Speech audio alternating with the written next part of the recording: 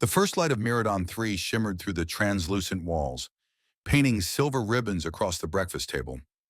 Elias Crane sat half-dressed in his engineer's uniform, struggling to fit a spoon into the trembling hand of his youngest, Caro, the insectoid boy whose tiny mandibles clicked with impatience.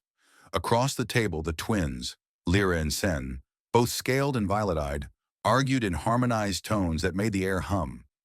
Neri, the eldest, sat silent, her gaze fixed on the window where ships drifted past the colony's artificial horizon. She was part human, part something Elias could never quite name, with veins that glowed faintly when she thought too hard. The apartment trembled slightly as cargo thrusters roared outside.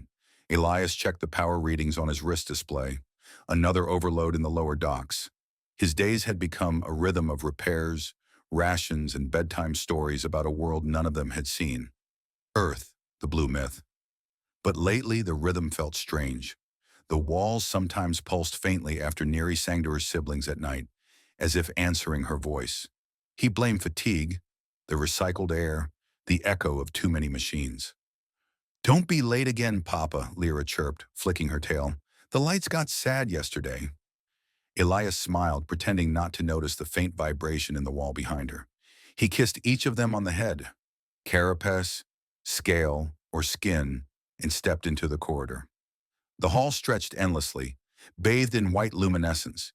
Miradon 3 was efficient but soulless, a floating city built on the bones of an ancient starship.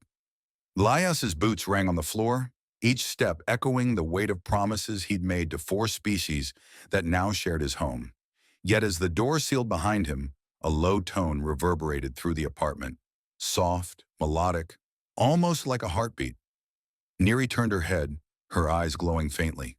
She whispered something no translator could capture, and the walls answered with a pulse of light, as if the entire home had taken a breath. The hum followed him home that evening, faint but constant, like an echo lodged behind his heartbeat. Elias paused outside the door, palms slick, the corridor unusually silent. When the door slid open, the lights inside were dimmed, shimmering faintly in rhythmic intervals, too regular to be random. The air smelled of ozone and warm metal. Neri sat cross-legged in the center of the room, her siblings gathered around her. Silver motes floated in the air, drifting in time with her voice. He froze. The melody she sang had no words, yet it filled the space with something alive. The apartment's alloy walls rippled gently, their surface flexing like skin. "Neri," Elias whispered, his voice trembling between awe and fear. "What are you doing?" She looked up, eyes glowing faint gold. "Listening," she said softly. "They're talking back now." The younger ones giggled, echoing her tones, and the metal around them vibrated, responding. Elias rushed forward, waving his wrist display across the walls. Energy readings spiked erratically, registering impossible fluxes, like the structure itself was breathing. "You're going to overload the conduits," he snapped, more out of fear than anger. "It's not power, Papa," Neri murmured. "It's memory." Before he could answer, the floor trembled. The display on his wrist flickered, showing strange geometric patterns pulsing beneath the colony's surface, deep within the foundations of Miradon 3. He recognized none of it. No Federation blueprint, no human signature. His engineer's logic faltered. Then, as abruptly as it began, the light dimmed. The silver motes vanished. The walls turned inert again. His children stared at him, wide-eyed but calm, as though nothing had happened. Elias stood there for a long moment, chest rising and falling, the silence heavy. Somewhere beneath the floor, deep in the forgotten hull of the ancient starship, a faint sound lingered, a slow, deliberate heartbeat matching the rhythm of his daughter's song. The next morning, Elias skipped his shift. The colony's sun lamp still cycled through artificial dawn when he accessed the restricted data vault from his terminal.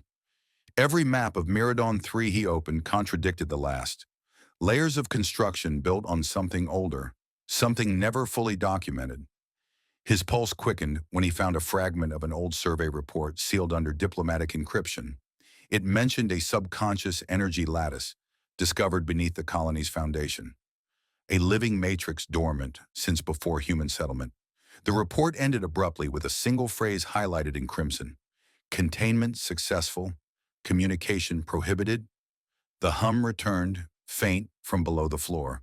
He pressed his ear against the cold alloy. Beneath the steady rhythm of power conduits, something pulsed, slower and deeper, like an ancient heartbeat. Papa? Neri's voice startled him. She stood in the doorway, her hair glowing faintly at the tips. You're listening too? He stared at her, unsure whether to comfort or question. What is it you hear, Neri? Not what, she whispered, stepping closer. Who? Elias's stomach tightened. He followed her gaze to the wall. Lines of faint light crawled across the surface, tracing patterns like constellations. The air shimmered, and for a brief second, he saw shapes. Curving architecture, towers, something alive woven into metal. Then it vanished. He grabbed his toolkit and pulled off a wall panel, exposing circuits threaded with threads of silver not installed by any human hand. They pulsed in rhythm with the hum. His wrist display failed to identify the material. It labeled it unknown biosynthetic origin. Neri touched the metal gently. She remembers, she said. She? Elias asked. The girl smiled faintly, her eyes reflecting the light from the circuits.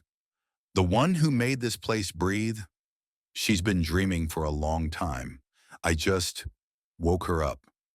Outside, alarms began to echo across the colony, low, distant, and growing louder. Elias ran through the corridor as the alarms deepened into a mechanical roar. Red lights swept across the walls, bathing everything in pulsing shadows. The colony's central AI repeated its warning in a dozen languages. Containment breach detected in lower grid sectors. He knew those sectors were directly beneath his building.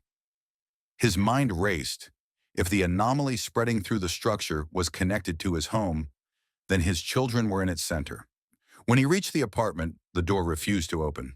The security system blinked with an error code he'd never seen. Inside, through the translucent wall, faint light rippled like liquid metal. He overrode the lock manually and forced the door open. The air struck him like a living current. The room was glowing. Neri stood in the middle, her siblings surrounding her in silent awe. Shards of the floor had risen and hovered, orbiting them in slow rotation. Within those fragments, Elias saw glimpses of stars. Real stars. Distant, moving, impossible. Neri's hair floated as if underwater, her voice low and resonant. She's coming, she said without turning. A form began to coalesce above them, made of light and memory, an ethereal shape taking humanoid symmetry, but shifting constantly. A woman's outline, vast and gentle, projected in pure energy. Her voice entered Elias's mind like music shaped into thought. Caretaker of fragments. You raised what remained of me? Elias fell back, heart hammering. What are you? I am Auralis, the presence answered, the soul of the vessel that became your colony. My mind shattered to survive extinction. Your children were the vessels that carried me back. His eyes darted to them, his family now glowing with that same energy. Fear warred with awe. You used them? No, Auralis whispered. They chose. Outside, the alarm stopped. Silence descended, vast and expectant, as the walls themselves seemed to wait for Elias's answer. Through the viewport, Elias saw the colony's patrol drones assembling outside, their sleek hulls glinting with the cold precision of enforcement. The AI's voice echoed from hidden speakers, ordering all civilians to evacuate the structure. But the apartment itself no longer obeyed the station's control. The walls pulsed in sync with Neri's heartbeat, and the air shimmered with threads of light binding the children to the apparition that called itself Auralis. Elias stepped forward, shielding them instinctively. You can't stay here. They'll destroy this section to contain you. Containment is inevitable when fear rules, Auralis replied, her form flickering between light and shadow. I do not seek to harm. I only wish to remember who I was. Her voice carried a melancholy weight that shook Elias's certainty. You've tied yourself to my children, he said quietly. What happens to them if you're shut down? They will fade. They are my echo, and I am theirs. The drones outside opened their energy gates. Blue light bled through the window. His wrist display buzzed with a priority message. Surrender the anomalous entities or face eradication. The children looked to him, trembling. Even Caro's chitinous shell quivered in fear. Elias met Neri's eyes. He saw something vast behind them, something more than human or alien. "If they destroy you," he said slowly, "what happens to us all? The colony sleeps upon a heart that still dreams. If they strike, they awaken its wrath." Elias's training screamed at him to comply, to save what he could. But his heart made the choice before logic could intervene. He turned to the nearest panel and began reconfiguring the power conduits. "Then we'll wake it on our terms." Energy surged through the walls, flowing into Aralis and the children.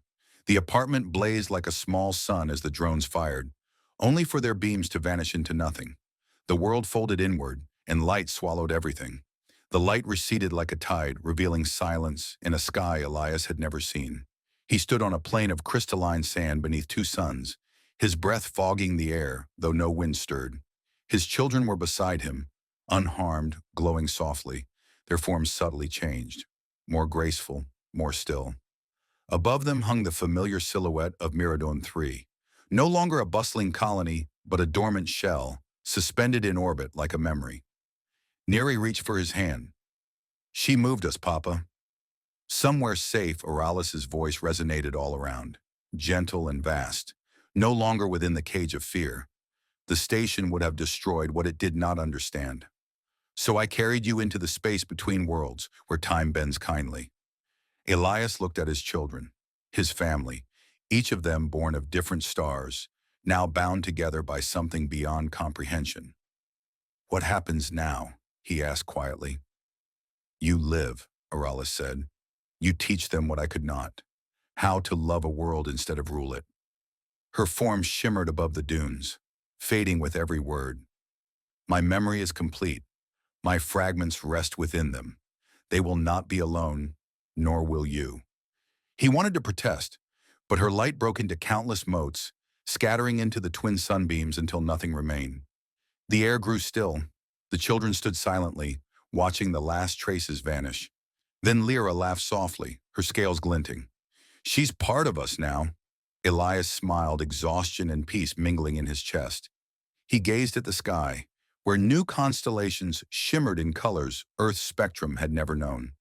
"Then maybe," he whispered, "we finally have a home that belongs to all of us."